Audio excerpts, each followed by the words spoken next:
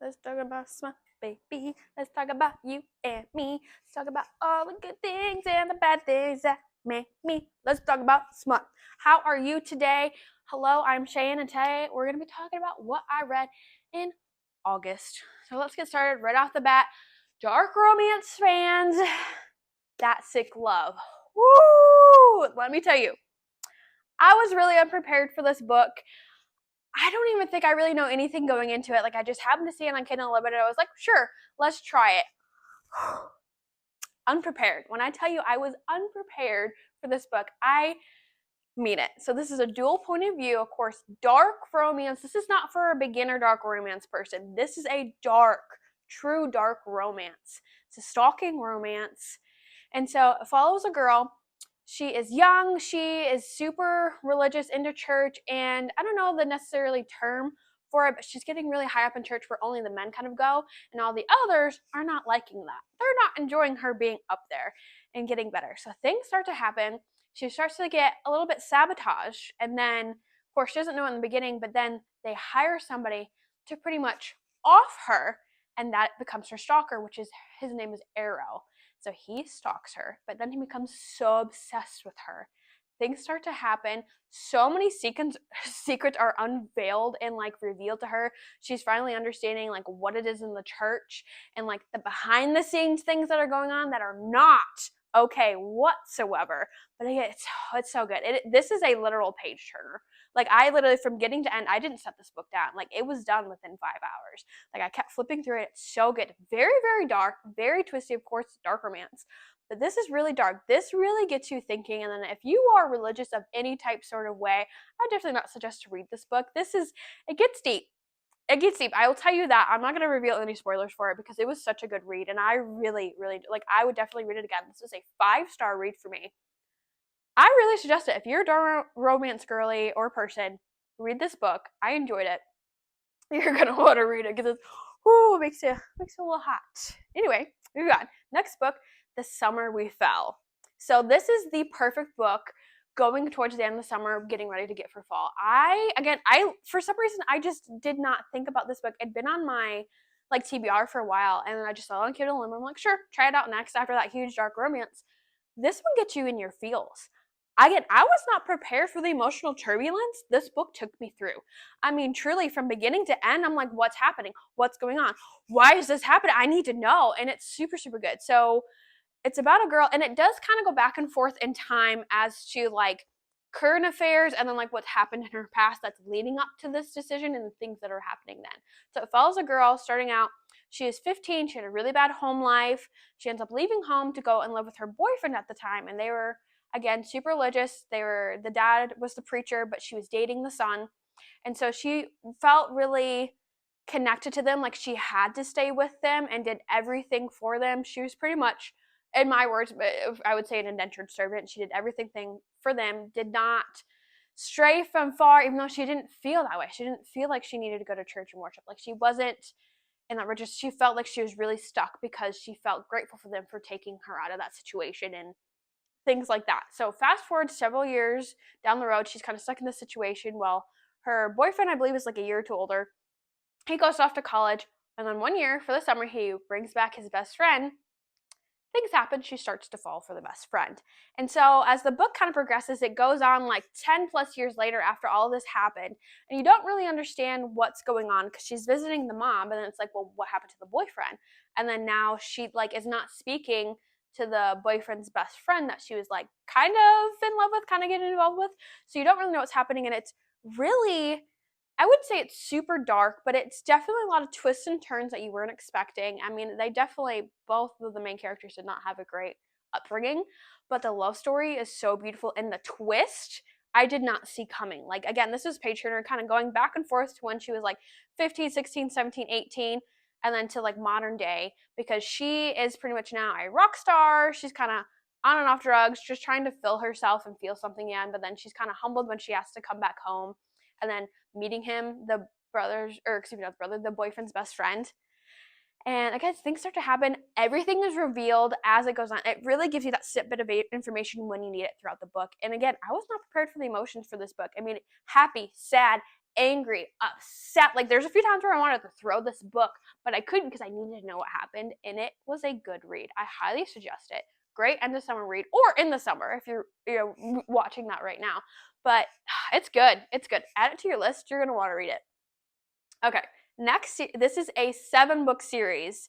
So, I will say this is a little bit of a long-winded series, but again, it's by my favorite author. So Zodiac Academy is my all-time favorite book series.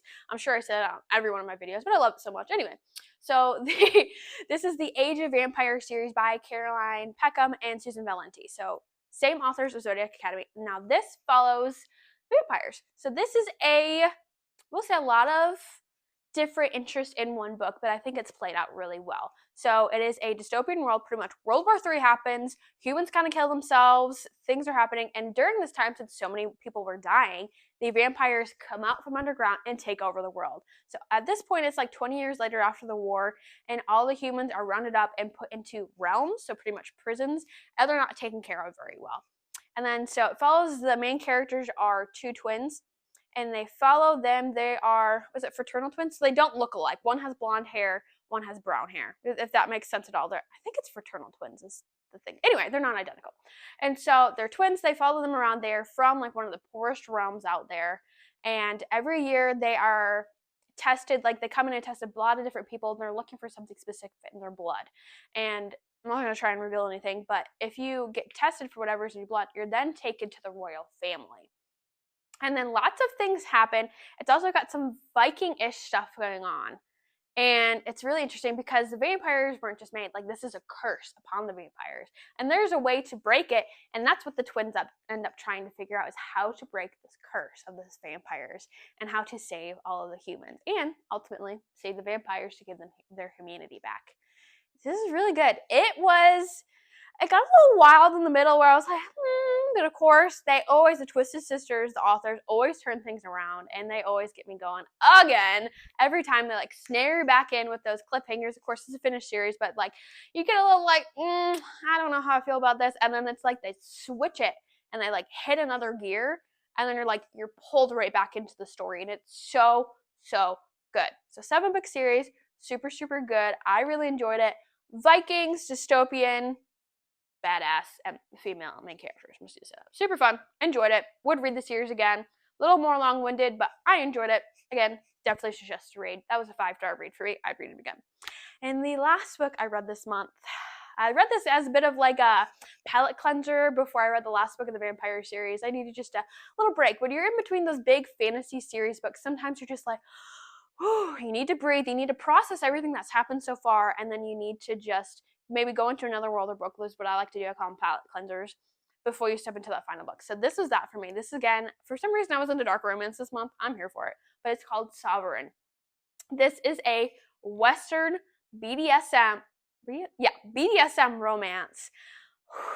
This, again, it had been on my TBR forever. For some reason, I kept seeing her, like I follow the author on Instagram, and I kept seeing a post, and she's getting ready to release the 2nd book in the series. It's, again, interconnected standalones.